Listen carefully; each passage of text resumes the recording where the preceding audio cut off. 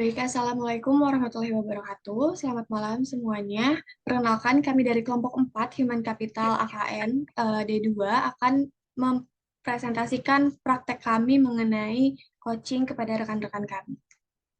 Baik, saya sendiri selaku anggota dari kelompok 4 yaitu Aurora Novelita dengan NIM J0414111131. Saya Sylviana Saraharja dengan NIM J0414231003. Saya Wanda Imani dengan NIM J0414231080. Saya Ketirana Modia Siregar dengan NIM J0414231317.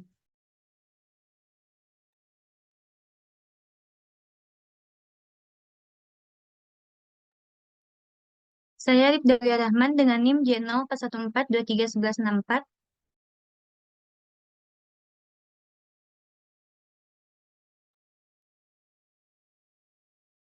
Saya J0414231178.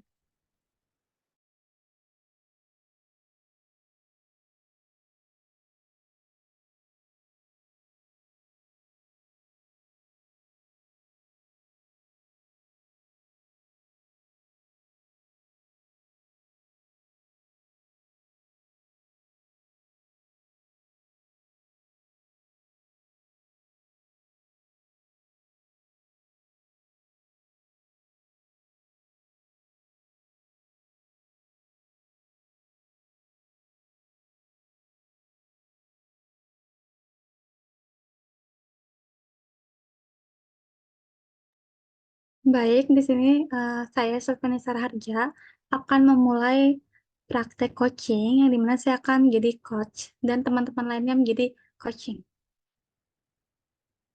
Halo semuanya, selamat malam teman-teman. Malam. Malam. Apa kabar nih hari ini? Apakah baik? Baik. Alhamdulillah Baik. Alhamdulillah kalau baik ya. Pada malam hari ini, saya ingin mengajak kalian berbicara tentang sebuah topik yang menurut saya sangat penting untuk kalian nih teman-teman. Saya dengar-dengar kalian ini ingin meningkatkan IPK dan menargetkan IPK minimal 3,7. Apakah itu benar teman-teman? Betul, Kak. Benar. Nah, bagus sekali nih teman-teman. Benar. Saya sangat mendukung tujuan kalian yang ingin menargetkan IPK minimal 3,7.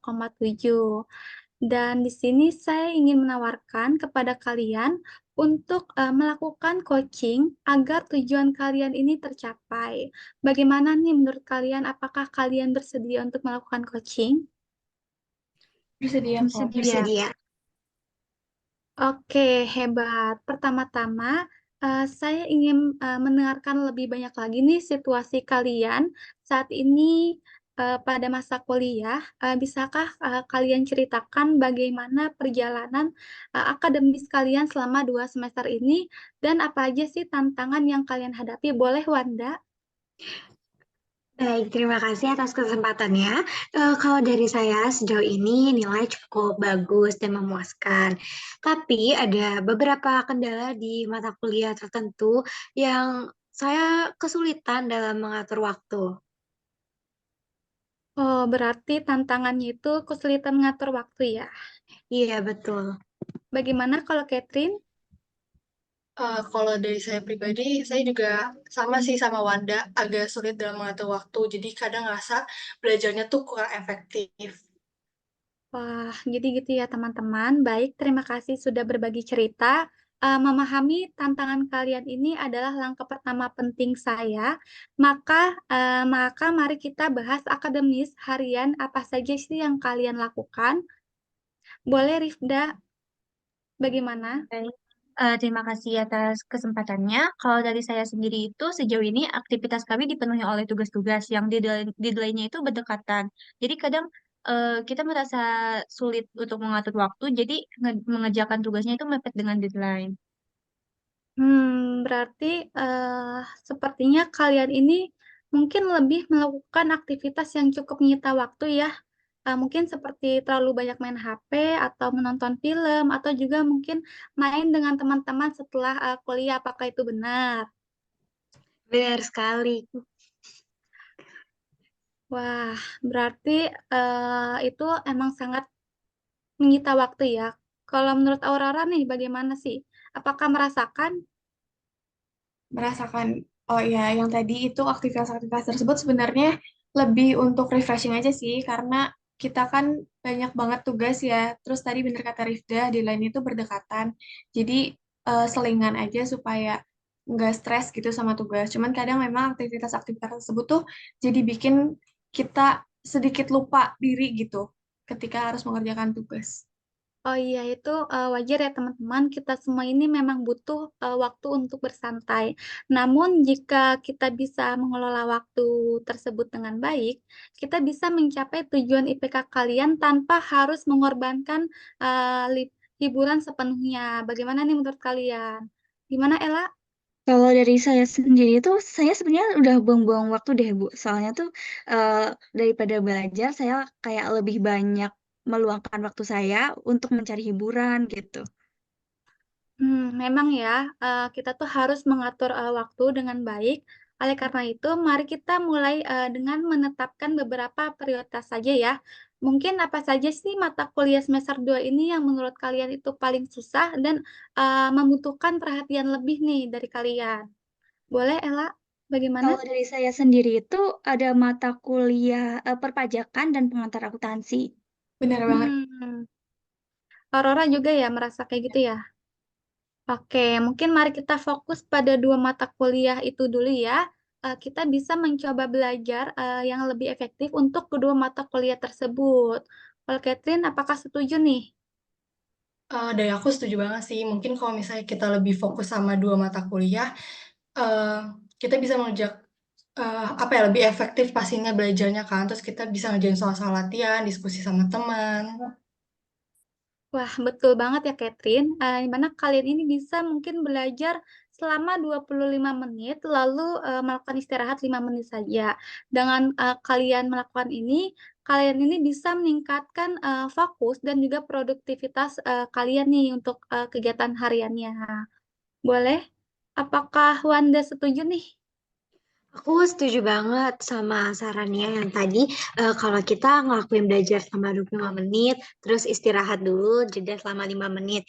Tapi selain itu, aku juga sering ini sih, membuat jadwal belajar harian yang teratur dan juga menyempatkan waktu di malam hari untuk belajar review-review soal yang telah dibahas di waktu kuliah paginya. Hmm, betul sekali ya Wanda. Memang kalian ini bisa membuat jadwal belajar yang teratur, mungkin misalnya dengan memberikan waktu tertentu setiap harinya untuk belajar mata kuliah yang menurut kalian ini susah. Kayak semester 2 ini kan ada mata kuliah perpajakan dan juga pengantar akuntansi ya. Nah, di mana kalian ini harus meluangkan waktu lebih banyak lagi untuk memahami materi tersebut. Dan mungkin bakal memastikan kalian nih untuk konsisten dengan jadwal yang tepat yang telah kalian buat. Dan jika pada malam hari ada waktu lebih sebelum jam istirahat, kalian juga bisa nih menyempatkan waktu 25 menit saja untuk belajar lebih dalam lagi pada materi yang menurut kalian emang susah. Nah, tidak hanya itu ya, mungkin di hari lain kayak hari Minggu maupun hari Sabtu, mungkin kalian ini kan memiliki waktu lebih luang ya. Nah, mungkin kalian ini bisa belajar 2 kali sesinya, di mana 1 kali sesinya itu 25 menit, dan dibandingkan dengan hari biasanya ya, ada jadwal kuliah yang itu kalian itu dari pagi hingga sore, ya kan jadwal itu padat. Nah, bagaimana? Apakah Catherine setuju? Dari aku pribadi setuju sih, aku mungkin bisa mulai coba melakukan hal-hal itu. Boleh kalau Rifdah, apakah setuju? Iya, saya setuju. Itu sarannya menurut saya bisa ngebantu dikit-dikit sih. Oke, mungkin metode belajar tersebut ini kalian bisa lakukanlah, kalian lakukan dengan memprioritaskan mata kuliah yang paling sulit sampai dengan semester akhir, yaitu semester 1, 2, 3, 4, 5, 6, sampai 8 ya. Di mana itu akan mendapatkan IP yang tinggi setiap semesternya, sehingga kalian juga bisa mencapai target IPK minimal 3,7 dengan usaha yang sangat tepat. Apakah sudah membantu nih pembahasan dari saya? Terima kasih Ibu, sangat membantu Terima sejauh ini kasih. saran yang telah diberikan. Baik, sama-sama semangat terus ya kalian. Semoga tujuan kalian ini tercapai untuk mendapatkan atau meraih IPK minimal 3,7. Semangat ya. Terima kasih, Terima Ibu. kasih, Terima Bu. kasih, Terima Bu. kasih, Bu. Iya, sama-sama. Sampai jumpa semuanya. Sampai jumpa, Sampai Ibu. jumpa, Bu. Baik, sekarang perkenalkan sebelumnya nama saya Wanda dan saat ini saya ingin melakukan coaching mengenai materi human capital. Nah, sebelumnya kalian ini kan pasti sekarang kuliah itu waktunya menyita cukup banyak ya, apalagi ada kegiatan-kegiatan hal lainnya kayak organisasi ataupun kegiatan di luar kampus. Nah, saya hari ini mau coaching nih mengenai bagaimana cara membuat jadwal yang efisien dan efektif. Apakah kalian tertarik untuk mendengarkan coaching yang akan saya berikan? Saya sangat tertarik, Ibu. Tarik, Oke. Bu. Baik, senang bertemu dengan kalian semua. Pokoknya hari ini saya akan membahas bagaimana cara membuat rencana studi yang efektif dan realistis dengan tujuan untuk mendapatkan IPK minimal 3,7 di setiap semesternya. Saya sangat antusias untuk mendengar tantangan dan strategi yang sudah kalian buat nih, kalian coba selama ini. Yuk kita mulai ya. Siapa yang ingin mulai menceritakan tujuan akademisnya, tujuan jangka pendeknya aja deh. Mungkin Catherine boleh diceritakan tujuan jangka pendeknya dekat-dekat ini, semester ini? Boleh, Bu. Untuk dari saya pribadi, tujuan saya semester ini mau mendapatkan nilai A sih, Bu, untuk di semua mata kuliah. Wah, keren banget Catherine tujuannya. Lalu apakah sudah ada merencanakan langkah-langkah kecilnya untuk mencapai nilai tersebut di setiap mata kuliah semester ini? Sebenarnya sudah, saya udah mulai buat jadwal belajar yang terstruktur untuk bisa memastikan semua materi yang saya pelajari itu cukup dengan waktu yang ada. Terus saya juga udah berencana untuk lebih aktif dan di dalam kelas, dalam diskusi, dan mengerjakan tugas-tugas yang diberikan oleh dosen dengan tepat waktu, Bu. Bagus sekali progresnya. Jangan lupa untuk konsisten ya, karena konsisten itu kunci untuk mencapai tujuan yang besar. Selain jadwal belajar, mungkin Catherine bisa menetapkan target harian nih atau mingguan yang lebih spesifik, kayak menyelesaikan pekerjaan atau bab-bab tertentu, atau mengerjakan soal latihan, mereview ulang pelajaran yang telah dipelajari di pagi harinya ketika kuliah. Lalu, bagaimana dengan yang lain? Adakah tantangan terbesar yang kalian hadapi dalam menentukan tujuan akademis? Coba saya ingin mendengar tanggapan dari Sylvia. Kalau saya juga merasa kesulitan ya Bu untuk mengatur waktu, apalagi kadang jadwal kuliah itu tidak menentu ya, jadi saya masih suka kesulitan mengatur waktu dan juga organisasi lainnya. Terus mungkin saya juga sering kehilangan fokus nih Bu pada beberapa mata kuliah, menurut saya itu juga sangat sulit sih. Iya, memang itu wajar ya, karena mengatur waktu itu bukan sesuatu yang mudah. Cukup sulit untuk memanajemen waktu, perlu dipelajari lebih lanjut. Nah, tapi apa sih yang bisa menyebabkan kehilangan fokus kan tadi Sylvia boleh apa yang mungkin menyebabkan kamu kehilangan fokus? Mungkin banyak hal yang mengalihkan fokus saya ya Bu, seperti kayak ketika sudah bermain handphone nih Bu, rasanya tuh terlalu menyenangkan dan saya tuh tidak ingin berhenti, tapi kini saya ingin mencari teknik manajemen waktu yang efektif untuk atau menentukan cara untuk meningkatkan fokus saya belajar ini Bu. Memang ya, main handphone itu adiktif sekali dan kalau sudah terlanjur adiktif itu sangat mengganggu kegiatan kita jadinya. Coba Sylvia, kamu terapkan nama tekniknya adalah Pomodoro atau gunakan aplikasi yang dapat membantu membatasi penggunaan handphone. Jadi kamu nggak apa ya istilahnya kecanduan handphone gitu. Dengan begitu, Sylvia bisa tetap fokus pada studinya, nilainya juga tetap meningkat dan nggak turun. Lalu apakah sudah pernah sebelumnya mencoba teknik Pomodoro atau menggunakan eh, membatasi penggunaan handphone? Mungkin untuk saat ini belum pernah sih Bu. Baik, itu berarti sarannya bisa dicoba diterapkan ya. Terima Baik, kasih Ibu. Sylvia. Iya, Ibu. Saya mau tahu dong, bagaimana kalian mengatur waktu belajar setiap harinya di tengah padatnya kuliah ini? Coba saya mau tahu, dari Aurora? Kalau saya sih mencoba untuk belajar setiap malam selama 2 jam gitu Bu, dengan teknik yang tadi Ibu sudah sampaikan, karena saya sebenarnya sudah eh, cukup familiar gitu dengan teknik Pomodoro itu. Jadi ketika saya belajar 2 jam, cuman saya ngerasa waktu saya belajar itu kayak kurang efektif gitu Bu. Kenapa tuh kamu merasa ketika belajar tidak efektif?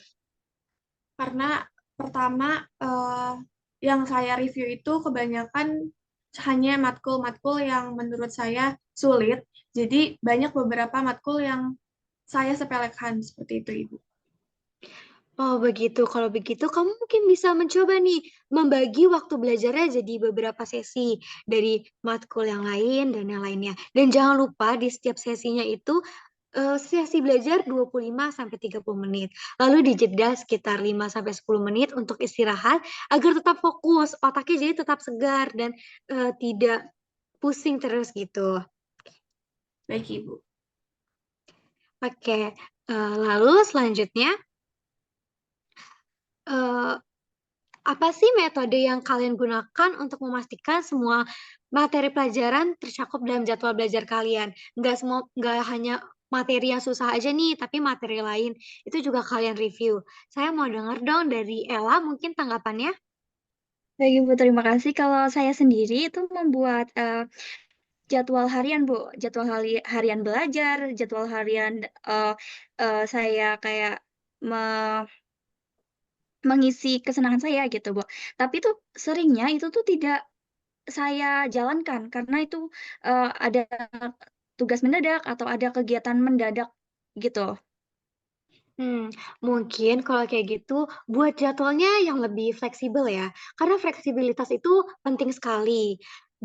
Coba dibuat, jadwal mingguannya lebih fleksibel, jadi tugas-tugas mendadaknya itu dapat disesuaikan. Kamu nggak melulu kayak terfokus mengerjakan hal yang lain yang sudah ada jadwalnya, tapi hal mendadaknya jadi tidak ada waktu.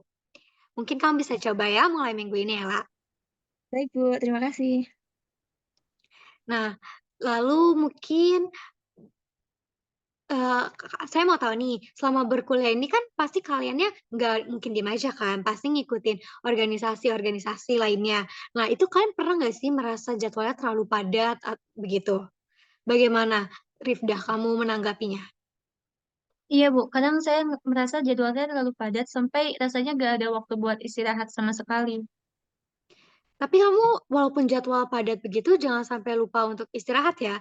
Karena kalau tubuh diforsir terus, nantinya kita malah jadi bumerang bagi kita. Tubuhnya jadi nggak sehat dan drop dan jadinya jadwal-jadwal yang lain malah berantakan gitu. Coba di setiap sesinya, kamu luangkan waktu sedikit untuk istirahat.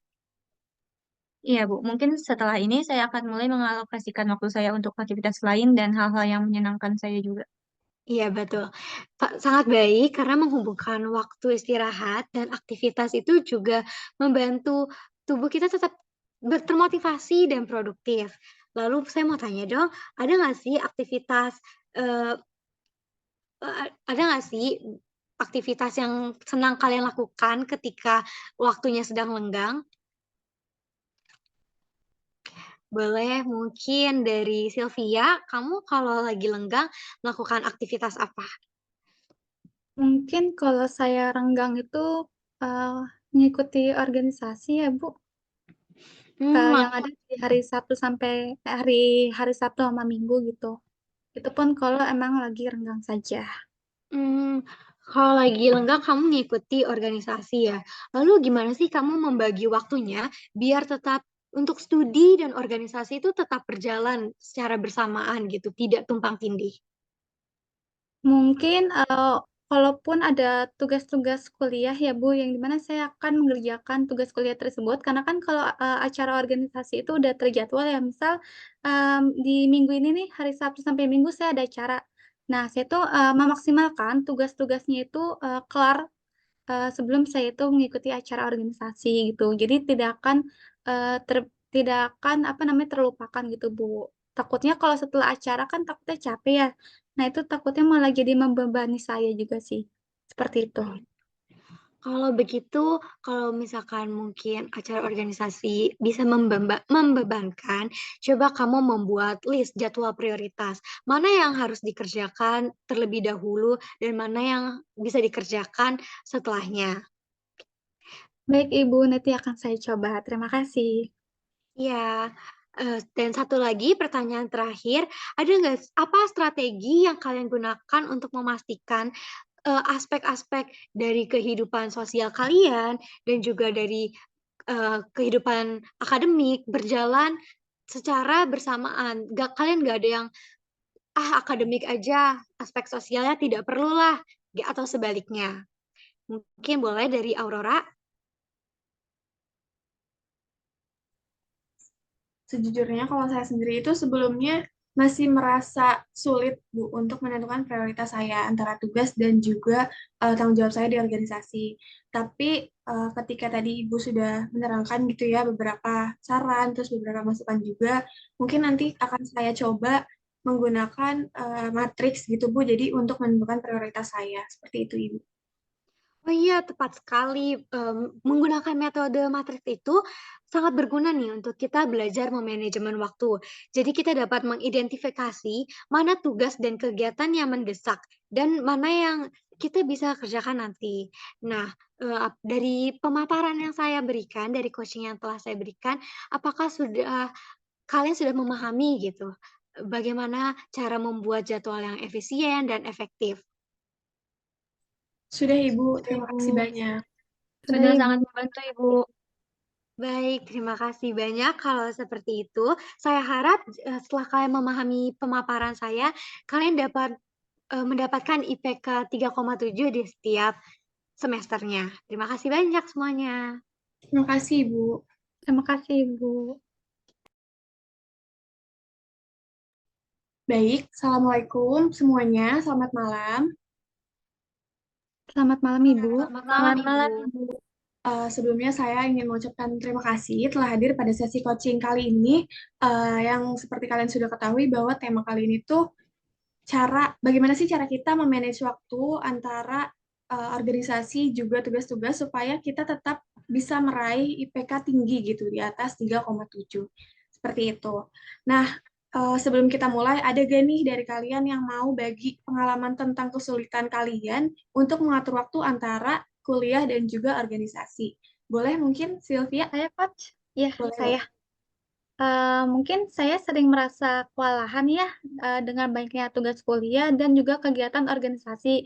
Kadang juga jadwal kuliah sama organisasi itu suka bentrok. Jadi rasanya waktu untuk 24 jam sehari juga tidak pernah cukup sih. Jadi masih kurang tidur gitu.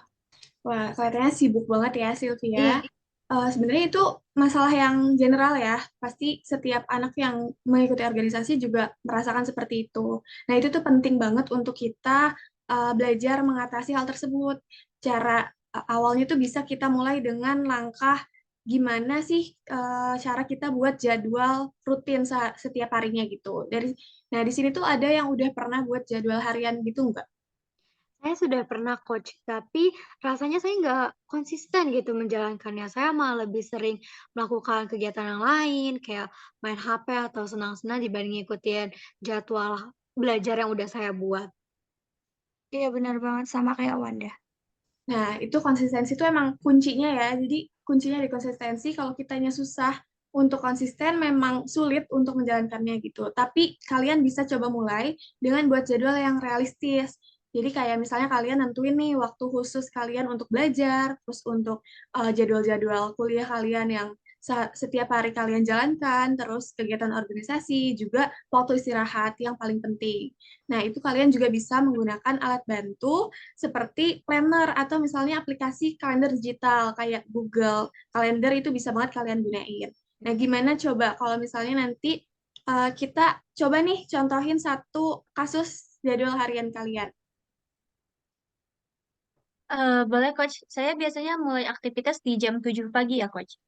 Nah, dilihat dari kegiatan Rifdah, kita bisa mulai dari jam 7 pagi. Misalnya nanti jam 7 sampai 8 pagi itu kalian ada waktu untuk sarapan sebelum mulai kelas, kemudian jam 8 sampai siangnya kalian memulai kelas kuliah seperti biasa. Terus jangan lupa seperti yang sudah saya bilang tadi bahwa harus ada waktu untuk istirahat. Kalian bisa ambil di jam 12 sampai jam 1 siang, kemudian jam 3 sampai jam 5-nya tuh kalian bisa gunakan untuk melakukan tugas kalian di organisasi gitu. Jadi waktu kalian juga terstruktur dengan baik seperti itu. Nah, eh, bagaimana menurut kalian? Wah, kedengarannya cukup seimbang ya yang telah Ibu sampaikan, tapi bagaimana sih dengan prioritas tugas yang banyak dan mendesak itu sih, Bu? Nah, Kadang masih suka bingung. kalau hal itu tuh ngebawa kita ke langkah berikutnya. Jadi kita harus bisa memprioritaskan tugas. Gimana caranya? Jadi dengan identifikasi tugas mana yang paling penting dan mendesak. Jadi bikin skala prioritas ya. Gunakan matriks yang penting dan mendesak. Kemudian itu bakal membantu kalian banget gitu untuk memutuskan apa yang akan kalian lakukan selanjutnya. Pernah ngedengar gak kalian tentang teknik matriks itu? Saya pernah dengar sih Coach, cuman belum tahu detailnya kayak gimana. Cara prakteknya tuh gimana sih Coach? Nah, untuk praktek matriks itu mudah, jadi kalian tinggal bagi tugas kalian ke dalam 4 kuadran. Pertama, penting dan mendesak, kemudian penting tapi tidak mendesak, kemudian ada tidak penting tapi mendesak, dan tidak penting serta tidak mendesak. Jadi fokus utama kalian itu harus pada tugas yang penting dan mendesak. Ada yang punya contoh nggak tugas yang masuk ke kuadran ini tuh apa? Biasanya tugas-tugas yang deadline-nya ini sih Coach yang deadline-nya udah dekat. Iya, betul Coach. Kayak PJBL mungkin kalau kita. Nah, itu benar sekali. Jadi untuk meningkatkan fokus dan produktivitas, coba gunakan teknik Pomodoro yang sebenarnya sudah banyak ya yang mengaplikasikannya. Jadi dari kalian di sini udah ada yang pernah dengar belum teknik Pomodoro? Dari saya sendiri belum pernah, Coach. Saya sudah pernah dengar, Coach, tapi mungkin belum memahami lebih lanjut mengenai teknik Pomodoro-nya. Nah, Wanda kan sudah tahu ya. Jadi teknik Pomodoro ini tuh metode di mana kalian bisa belajar selama 25 menit, kemudian kalian menyempatkan waktu 5-10 menit untuk istirahat. Setelah 4 sesi, kalian bisa istirahat lebih lama. Kemudian ini tuh sangat membantu kalian untuk menjaga konsentrasi, juga mencegah kelelahan gitu. Jadi kalian bisa tetap fit gitu tubuhnya. Bagaimana? Kalian tertarik gak mencoba teknik ini? Saya tertarik Coach. Kelihatannya bisa membantu. Benar banget. Selain itu, kalian harus menghindari prokrastinasi. Ada yang udah tahu belum prokrastinasi itu apa? Belum Nah, tahu, Bu. prokrastinasi itu jangan menunda-nunda tugas. Jadi, kalian harus selesaikan tugas secepat mungkin supaya kalian tuh nggak merasa terbebani gitu saat deadline-nya semakin dekat. Nah, kira-kira dari kalian ada nggak nih tips lain yang mungkin kalian bisa kasih nih ke rekan-rekan kalian?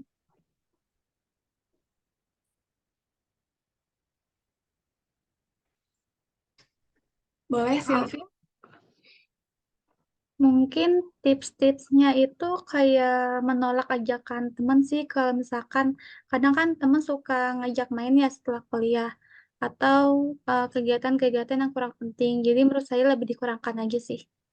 Benar banget Sylvia. Jadi memang kita harus memprioritaskan hal-hal yang lebih penting ya gitu. Nah, kalau misalnya saat waktu luang, kalian tuh biasanya ngapain untuk memanfaatkan waktu luang itu? Kalau dari aku sendiri, waktu luang biasanya mungkin review-review sedikit dari mata kuliah yang udah dipelajari. Tapi lebih seringnya terdistract sama hal-hal yang lain yang lebih tidak penting sih, Coach. Benar banget. Berarti tadi sama kayak Sylvia, itu solusinya sebenarnya udah tadi Sylvie katakan bahwa kita tuh harus memprioritaskan hal-hal yang harus kita lakukan pertama gitu. Nah, sekarang gimana dengan tanggung jawab kalian di organisasi? Ada yang merasa kesulitan nggak mengelola tugas di organisasi? Saya Coach, kadang saya merasa kalau tugas organisasi itu cukup banyak menyita waktu daripada tugas kuliah seharusnya. Iya sih, jadi mungkin solusi yang bisa saya kasih, mungkin kamu bisa delegasi tugas kamu. Jadi jangan ragu buat mendelegasikan tugas kepada anggota tim lain di organisasi. Jadi ini bisa bantu kamu banget buat ngehemat waktu sama energi. Nah, selain itu kalian juga bisa jaga komunikasi kalian yang baik dengan teman-teman kalian di organisasi supaya bisa saling membantu gitu untuk mengerjakan tanggung jawabnya. Terus kalian juga harus mengevaluasi progres kalian secara berkala. Setuju gak? Setuju, Coach. Setuju, Coach. Setuju, Coach. Nah, mungkin cukup sekian ya dari saya. Ingat bahwa kita tuh harus selalu menjaga keseimbangan antara akademik dan juga aktivitas organisasi. Jadi jangan sampai organisasi itu menghambat aktivitas akademik kalian yang bisa menghambat kalian meraih IPK tinggi seperti itu. Terima kasih banyak ya, Terima kasih Coach. banyak ya, Coach. Baik, terima kasih semuanya atas perhatiannya.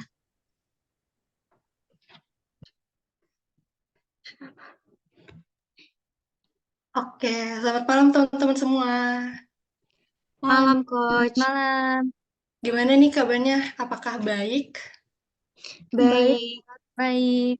Wah, bagus banget. Sebelumnya, terima kasih ya untuk teman-teman semua yang sudah mau meluangkan waktunya pada malam ini untuk sesi coaching kita.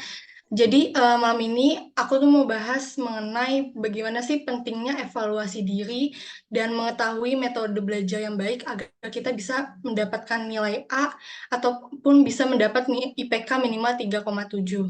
Nah, teman-teman, sebagai seorang mahasiswi, pastinya kita pengen banget kan bisa dapat nilai akademik yang terbaik. Aku mau tahu dong dari kalian masing-masing pribadi, selama 2 semester nih belajar di sekolah vokasi IPB, apa aja sih tantangan terbesar yang kalian hadapi untuk bisa dapat nilai A di setiap mata kuliah?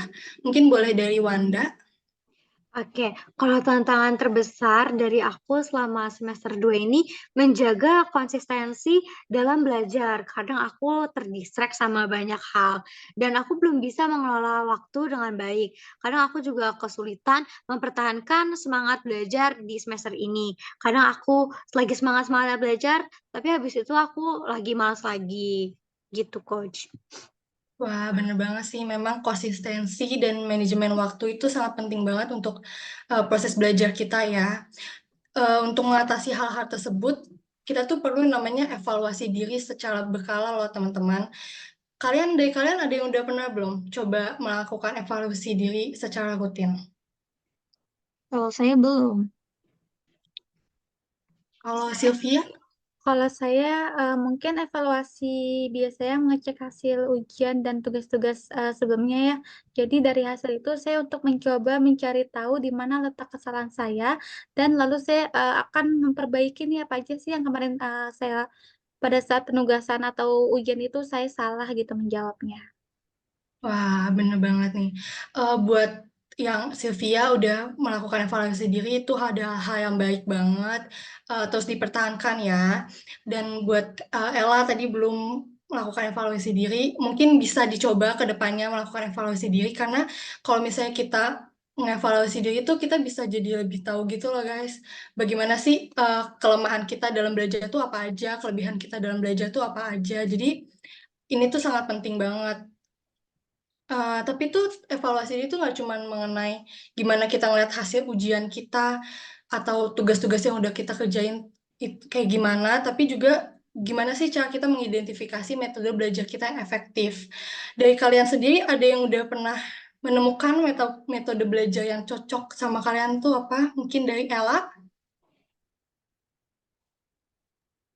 Baik, kalau saya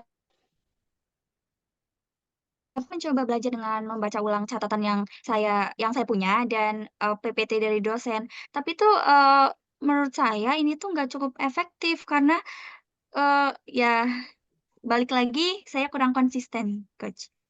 Begitu. Baik-baik. Memang untuk kita nemuin metode belajar yang cocok sama kita tuh emang perlu waktu sih. Kita harus trial dan error dulu. Tapi ada beberapa teknik sih yang bisa kalian coba untuk meningkatkan efektivitas kalian dalam belajar. Misalnya ada namanya teknik SQ3R. Ada yang pernah dengar gak teknik SQ3R? Belum pernah Belum sih, Coach. pernah, Kak. Boleh Belum pernah dijelaskan ya? lebih lanjut? Oke, teknik SQ3 ini singkatan dari survey, question, read, retake, dan review. Jadi teknik ini tuh adalah metode membaca yang dapat membantu kalian dalam memahami dan mengingat materi yang baik. Cara menerapinnya tuh gini. Pertama kan dari survei kan, jadi kalian mulai dulu nih melihat sekilas materi-materi dari dosen kalian, judulnya apa, ringkasannya apa, terus kalian bisa lihat juga gambaran umum topik yang kalian pelajarin itu apa. Terus setelah kalian udah lihat, baru kalian bikin question buat pertanyaan berdasarkan sub-sub judul yang ada, misalnya kayak apa sih itu evaluasi diri, apa terus atau mengapa sih kita harus mengevaluasi diri. Nah, setelah kalian buat itu, baru kalian mulai baca fokus materi-materi yang diberikan oleh dosen kalian dengan menjawab pertanyaan yang udah kalian buat sebelumnya. Setelah itu, setelah kalian baca, baru deh kalian coba ngejelasin lagi secara sendiri gitu ya, dengan kata-kata kalian sendiri tanpa melihat teks, untuk bisa memastikan bahwa kalian tuh benar-benar memahami materi yang ada. Baru setelah itu, kalian bisa meninjau ulang kembali materi tersebut secara berkala supaya materinya tuh bisa terus ada gitu di ingatan kalian. Wah, Apakah kalian Wah, tertarik? sangat tertarik sih dengan metode ini ya, Coach. Sepertinya metode ini sangat terstruktur ya, dan bisa membantu saya agar lebih fokus dalam belajar. Mungkin yang lain gimana? Saya setuju dengan Silvi, Coach. Iya bener banget, emang metode ini memang cukup terstruktur ya dari awal sampai akhirnya. Selain metode SK3 ini juga kalian bisa coba-coba metode yang lain sih, kayak misalnya coba dengan belajar sama teman, atau misalnya belajarnya tuh bikin mind map sendiri, misalnya poin-poinnya tuh poin-poin penting dari dosen tuh kalian bikin mind map sendiri, atau misalnya bisa juga menggunakan metode flashcard dengan mengingat konsep-konsep penting dari materi yang kalian pelajarin. Kalian sendiri udah pernah coba teknik apa aja nih? Kalau saya pernah sih, Coach, pakai teknik yang tadi Coach sudah sebutin. Saya waktu itu belajar dengan teman saya. Jadi teknik itu tuh alhamdulillah cukup efektif bagi saya karena saya jadi merasa sangat terbantu gitu dengan adanya teman saya yang bisa memotivasi saya dan terus dengan teknik tersebut juga jadi bisa apa ya, kita belajar bareng gitu. Terus saya juga bisa bertanya, terus berdiskusi secara langsung dengan mereka. Seperti itu, Coach. Wah, bagus banget Aura udah nyobain teknik itu. Memang kalau misalnya kita belajar sama teman tuh emang jadinya ada motivasi gitu ya, ngeliat teman kita belajar, terus kita kayak pengen belajar juga, nggak mau kalah mungkin.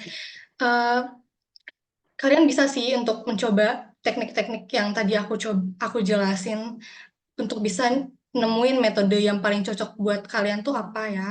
Dan tapi saya itu kalian juga jangan lupa untuk mengatur waktu belajar kalian secara teratur. Terus istirahat yang cukup, karena kalau misalnya belajar-belajar terus juga nggak efektif ya. Kita perlu istirahat supaya bisa belajarnya tuh lebih efektif dan lebih produktif. Em,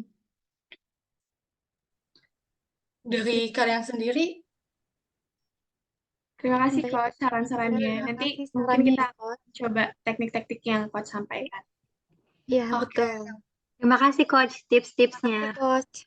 Oke, sama-sama. Pokoknya kalian jangan lupa untuk terus mengevaluasi diri kalian. Misalnya kalau habis belajar, habis ujian, karena dengan evaluasi diri yang rutin, pastinya kalian bisa bisa membentuk diri kalian sendiri dan menyesuaikan lagi strategi belajar kalian kalau misalnya memang belum pas, belum cocok. Dan saya percaya sih dengan kalau misalnya kalian bisa belajar lebih efektif, kalian mau mengevaluasi diri, kalian nemuin metode belajar yang baik, pasti kalian bisa mendapatkan nilai A dan meraih IPK minimal 3,7. Semangat terus ya kalian, dan harus konsisten intinya. Terima kasih. Terima kasih Terima Coach. kasih, Coach. Terima kasih, Coach. Baik, selanjutnya saya selaku coach dan akan melakukan coaching kepada kalian dengan tema cara menjaga kestabilan dan kesehatan mental mahasiswa dalam mengejar prestasi akademik. Tentunya dalam keseharian kalian sebagai mahasiswa kan sangat-sangat perlulah eh, bimbingan konseling dan bimbingan mental untuk terus menjaga agar kalian tuh stabil gitu dalam mengejar prestasi kalian. Nah, sebelumnya saya akan memperkenalkan apa sih itu definisi mungkin stres yang udah yang berseliweran di lingkup kita. Nah, stres ini adalah respon tubuh terhadap tekanan dan tantangan. Nah, stres ini tuh bisa gejalanya itu secara fisik seperti sakit kepala, sakit perut, detak jantung cepat, atau kelelahan. Namun, gejala-gejala tersebut tuh tidak hanya memicu pada stres. Mungkin saja memang keadaan tubuh kalian yang butuh istirahat atau butuh ditindaklanjuti lebih lanjut. Bukan, eee, itu tuh bukan, kalau aku pusing tuh stres, itu bukan. Nah, selanjutnya itu ada, secara emosional. Nah, seperti kayak kecemasan, di sini tuh mungkin setiap orang punya kecemasan masing-masing. Tetapi pada hal ini, itu tuh kecemasannya yang kecemasan berlebihan atau anxiety gitu. Terus ada iritabiliasi, depresi, dan kehilangan motivasi. Terlebih lagi kayak kehilangan, tujuan dalam melakukan sesuatu, begitu. Terus ada gejala secara kognitif, yaitu ada kesulitan berkonsentrasi, seperti mungkin ada beberapa dari mahasiswa tuh kayak, "Oh, kenapa sih aku sulit banget konsentrasi, sulit banget menangkap, pelajaran, sulit banget, bersosialisasi," begitu. Terus ada keempat, itu gejala secara perilaku. Nah, di sini tuh ada, perubahan pola makan, mungkin tadinya kalian yang, secara rutin 3 kali sehari, jadi kayak 1 kali sehari, itu pun, kalau kalian disuruh makan, begitu. Nah, terus ada kayak gangguan tidur, terus ada penarikan diri dari, aktivitas sosial, dan, mengonsumsi, sesuatu yang seharusnya tidak dikonsumsi, seperti misal alkohol, atau kalian yang tidak biasanya merokok, itu jadi merokok, begitu. Nah, adapun penyebab dari stres itu bermacam-macam. Mungkin saya, akan menanyakan kepada kalian nih, dari kalian sendiri itu, stres tuh apa sih penyebab dari stres itu sendiri? Boleh Kak saya. Mungkin, stres yang sering saya alami terlalu banyaknya tugas kuliah sama bentrok sama jadwal-jadwal organisasi sih. Jadi Sa jadi buat saya stres gitu, jadi tidak terkoordinasi gitu. Ya, bener banget. Kebanyakan kan emang begitu ya, tugas kuliah sama organisasi itu waktunya emang nggak bisa kurang ketemu gitu. Nah, mungkin dari Silvi sendiri itu ada nggak sih bagaimana cara mengatasi hal tersebut? Atau masih kayak bingung gitu? Mungkin kayak mengidentifikasi masalahnya itu sih, kayak mungkin saya buat berpikir positif ya, kalau saya tuh bisa mengatasi masalah ini pelan-pelan gitu dan juga mungkin, berbagi cerita juga sama teman-teman, jadi ada masukan juga dari teman-teman gitu. Jadi saya bisa berpikir lebih jernih juga, tidak terlalu stres kayak terpaku, "Aduh ini masalahnya kayak nggak bakal selesai," gitu. Iya, bagus banget Silvi. Nah, mungkin teman-teman bisa, meniru cara Silvi menghadapi kesetresannya dalam, kuliah gitu ya. Adapun, mungkin emang, dari pribadi sendiri kan emang kayak berbeda-beda cara menghadapi, permasalahan tersebut, begitu. Mungkin selanjutnya tuh kayak, apa sih ketidakseimbangan mental? Nah, pada ketidakseimbangan mental ini mengacu pada emosi, emosi yang terus berubah-ubah secara ekstrim. Yang tadinya kayak kita merasa happy nih, tiba-tiba tuh kayak ngedown jadi kayak sedih banget, jadi kayak galau atau lain sebagainya begitu. Terus ada yang tadi saya jelaskan itu emang benar-benar sulit dalam berkonsentrasi dan, itu tuh memiliki pikiran yang bertuju pada, sesuatu hal yang negatif. Misal kayak, dia tuh kayak, "Oh, diem diem aja sih ke aku," gitu kan. Itu bukan berarti mereka tuh nggak suka, tetapi mungkin emang dari kepribadian. Tapi kita menangkap itu secara yang berlebihan, kayak, "Oh, dia nggak suka ya? Oh, dia gini ya?" Gitu.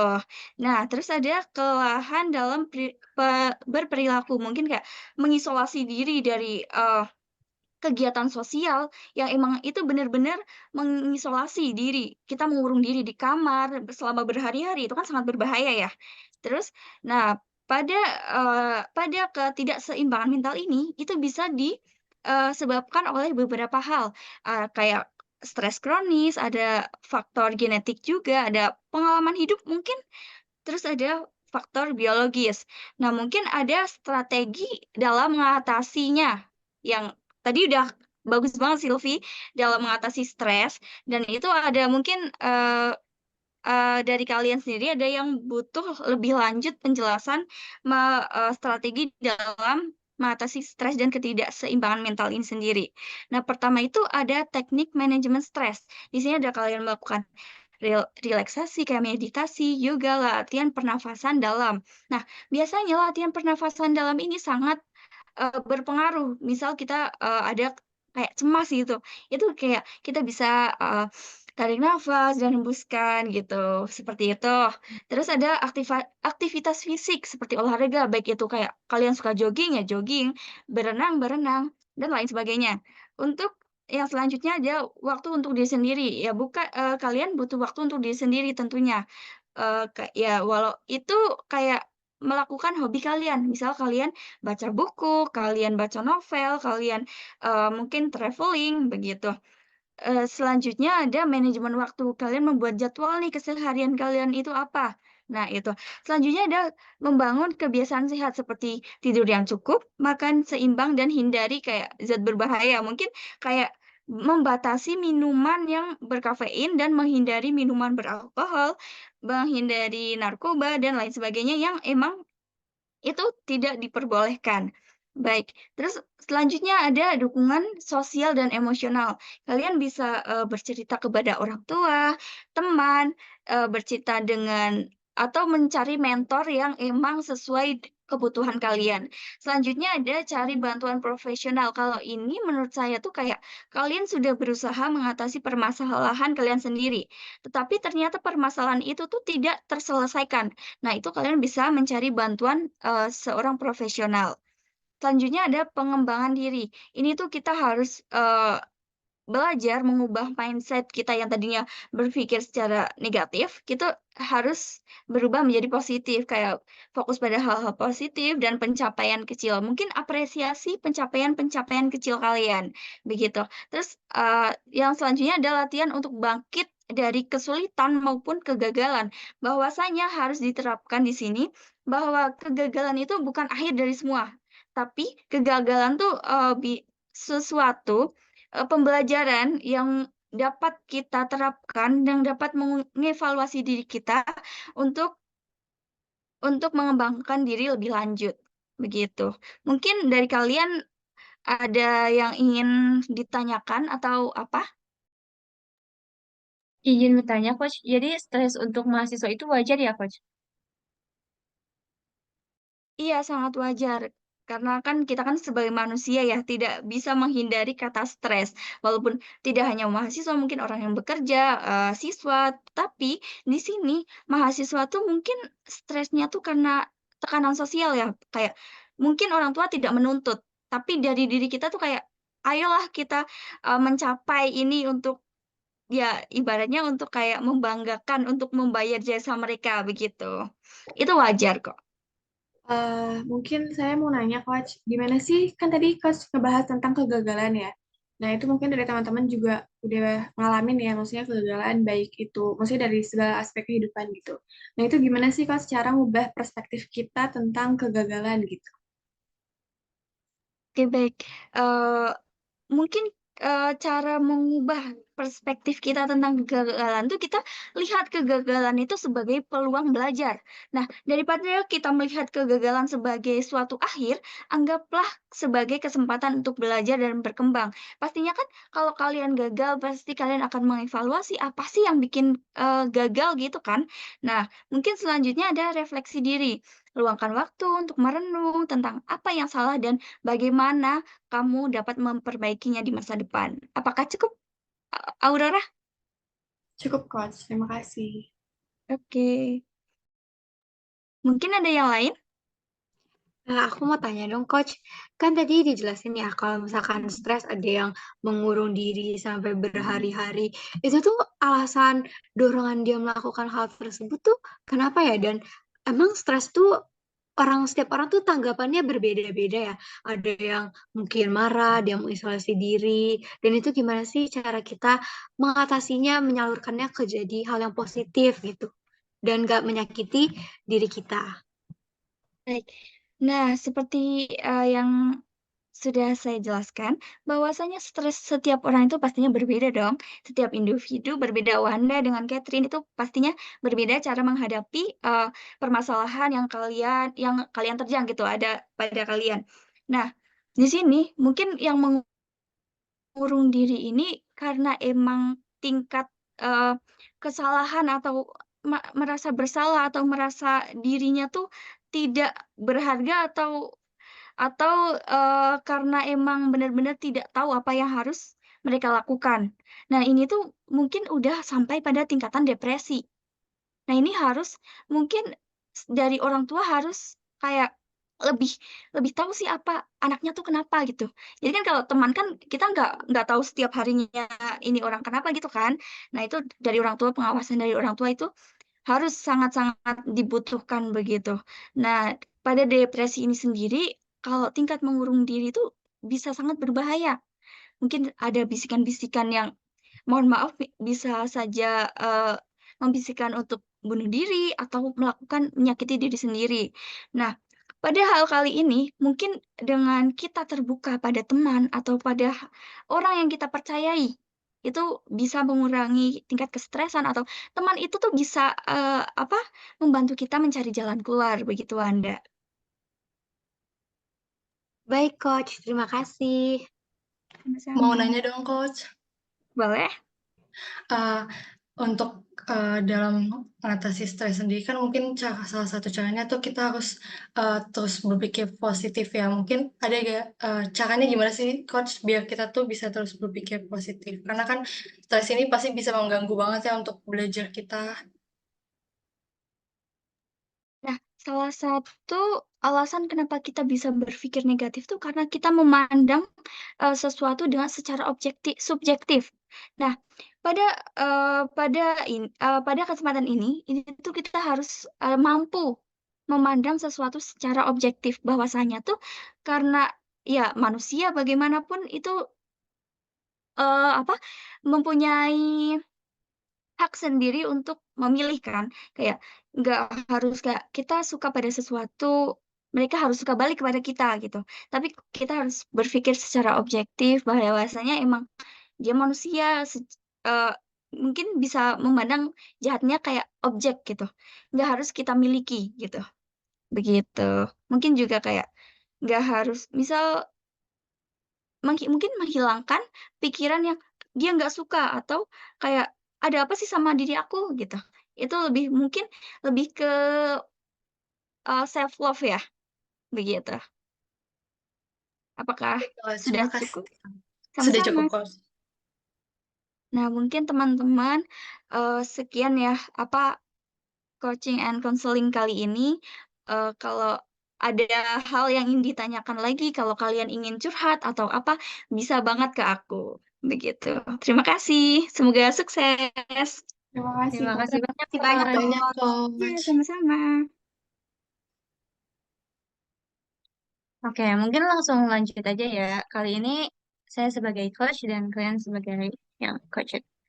Oke, selamat malam teman-teman. Bagaimana, masih semangat? Malam, Coach. Masih Malam, Coach. semangat. Masih kok. Bagus. Semoga kita semua selalu dalam keadaan sehat ya. Baik, untuk pembahasan kali ini kita langsung mulai aja. Bagaimana sejauh ini kuliah kalian? Selain yang tadi sudah disebutkan, apakah ada hal-hal lain yang ingin kalian sampaikan? Baik, mungkin Ella boleh reviewnya kuliah selama 2 semester ini? Wah, kuliah 2 semester ini tuh agak berat ya, Coach. Soalnya kan saya kan sendiri itu anak rantau gitu. Jauh dari orang tua, tadinya kayak nempel ke ibu, jadi harus apa-apa sendiri. Jadi tuh kayak berat banget kita. Oke, baik. Untuk yang lain, apakah ada hal lain yang ingin disampaikan? Mungkin Catherine? Kalau dari aku, akhir-akhir ini sih, Coach, sulit fokus, terus juga susah bagi waktu antara organisasi sama kegiatan pembelajaran di kampus. Oke, mungkin mirip-mirip dengan apa yang tadi dijelaskan ya. Karena topik kali ini akan membahas tentang hal-hal yang harus diperhatikan untuk mencapai IPK minimal 3,7, mungkin saya akan menambahkan dari apa yang sudah kalian jelaskan juga. Tadi kan sudah disinggung sedikit nih tentang kesulitan mengatur jadwal, maka salah satu caranya dengan matriks, dengan membuat to-do list, terus dengan memperhatikan kondisi stres. Nah, salah satu yang paling penting itu dari pendapat saya itu tentang motivasi. Kalian ngerasa gak sih meskipun kita udah punya tujuan nih, pengen IPK 3,7, tapi kalau motivasi kita hilang, hal-hal tersebut itu pasti akan sulit dicapai. Ngerasa kayak gitu nggak? Iya, Merasa ngerasa coach. sekali, Segitu. Coach. Oke. Ada hal yang kalian lakuin nggak untuk mengembalikan motivasi itu? Dari saya sendiri itu masih bingung, Coach. Gimana sih cara ngembaliin motivasi gitu, biar bangkit lagi dari rasa males-malesan gitu lah. Oke, mungkin kalau dari saran saya itu, pertama itu kita harus fokus sama tujuan yang ingin kita capai.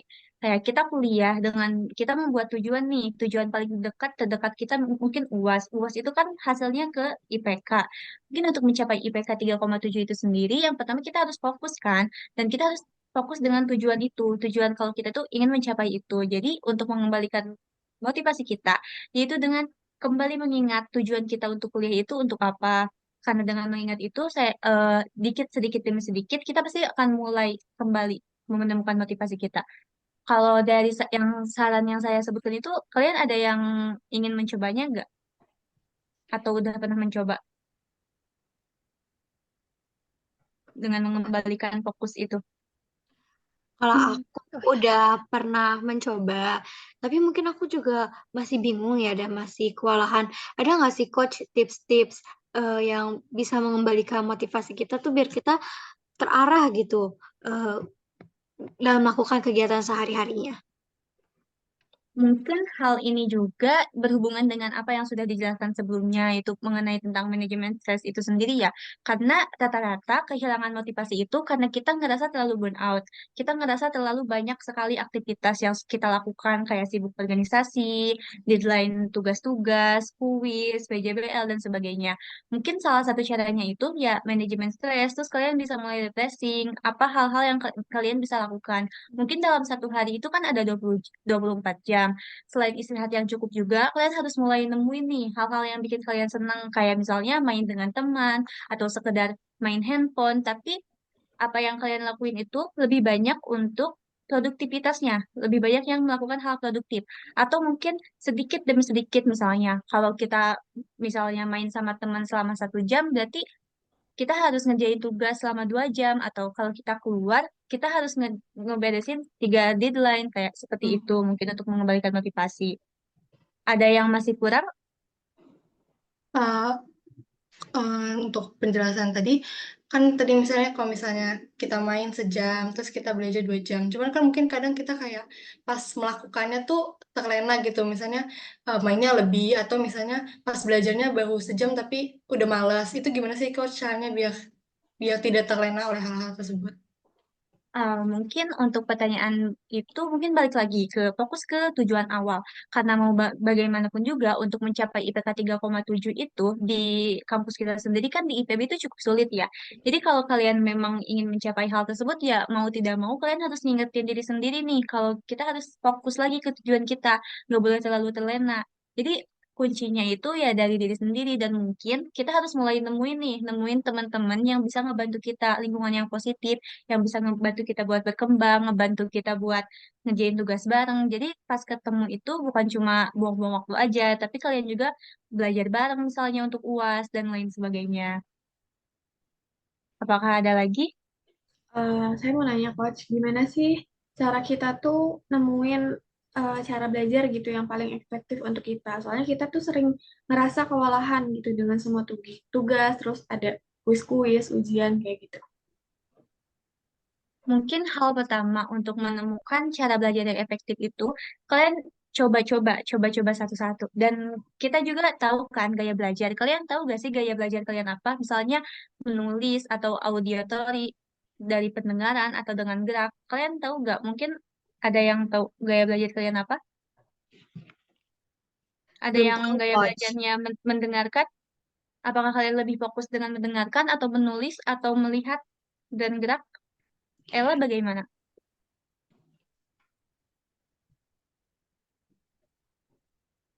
Kamu lebih fokus dalam mendengarkan apa menulis? Untuk lebih hafal dengan apa materi yang disampaikan oleh dosen? Kalau saya sendiri tuh kayak lebih hafal kok menulis sih, Coach. Nah, mungkin pertama-pertama itu kita harus menemukan gaya belajar kita nih. Misalnya Ella nih menulis. Ya, jadi tiap dosen menjelaskan, mau tidak mau kita harus mencoba menulis. Atau mungkin sekarang kan karena teknologi nih, kita coba ketik juga apa yang dosen jelaskan. Jadi nanti saat kita ada ujian atau UAS, kan kita harus memahami setiap watak dosen juga ya. Misalnya dosen tersebut itu fokusnya pada UAS atau pada nilai UTS untuk mendapatkan IPK itu. Jadi mau tidak mau kita harus mencatat dan bisa kita buka lagi saat ujian-ujian itu. Kemudian misalnya gaya belajarnya auditory nih, mendengarkan. Jadi mau tidak mau selama kelas tersebut tuh kita harus fokus sama apa yang dosen jelaskan karena faktanya itu tuh apa yang dosen jelaskan itu tuh kebanyakan emang keluar dengan soal-soal yang mereka berikan pada saat ujian yang mempengaruhi IPK kita juga. Ada yang ingin ditanyakan lagi mungkin?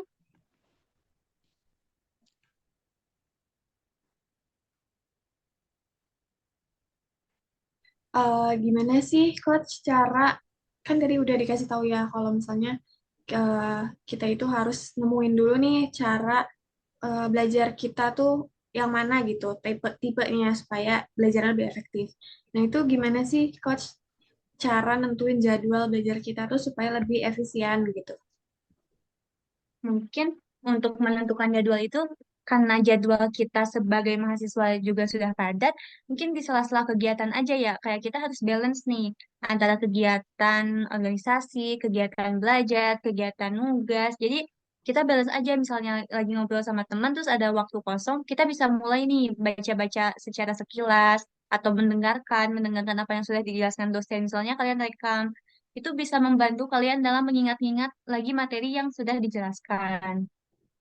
Seperti itu. Dan juga ditambah lagi dengan apa yang sudah di-coachkan sebelumnya, yang sudah dijelaskan oleh coach sebelumnya, kayak Pomodoro atau question, mungkin bisa menggunakan hal-hal tersebut juga. Tapi yang paling penting, balik lagi, yang harus kita perhatikan untuk mendapatkan IPK 3,7 itu, yang pertama itu lingkungan, kemudian fokus kita sendiri, fokus kepada tujuan itu sendiri.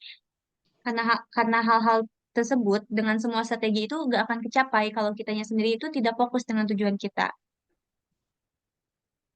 Mungkin itu itu sih yang bisa saya sampaikan. Apakah ada yang ingin disampaikan lagi? Coach, Kalau mau dari tanya dong. Boleh. Kalau misalkan nih kita mau dapat motivasi dari pasangan nih, tapi kadang kayak temen tuh kayak giliran ini aja baru semangat gini-gini tuh kayak jadinya kayak dapet apa ya, kayak temen-temen tuh kayak suka nggak ngenakin gitu loh kalau ngomong. Jadi kayak kita juga kayak patah lagi semangat kita gitu. Mungkin balik lagi ya dengan yang sudah saya tekankan, yaitu fokus pada tujuan.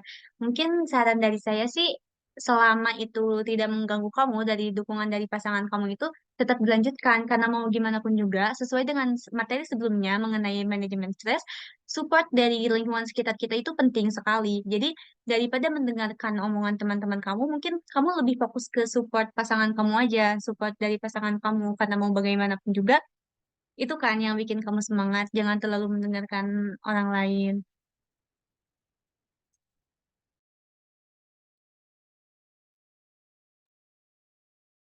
Mungkin cukup ya dari saya, Baik, terima dari kasih materi Coach. coaching kali ini. Semoga bermanfaat ya, teman-teman.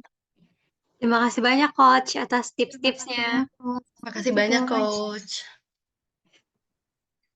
Baik semuanya, mungkin itu sekian dari kelompok kami atas praktek coaching yang telah dipaparkan. Mohon maaf apabila ada kesalahan dan kekurangan. Wassalamualaikum warahmatullahi wabarakatuh.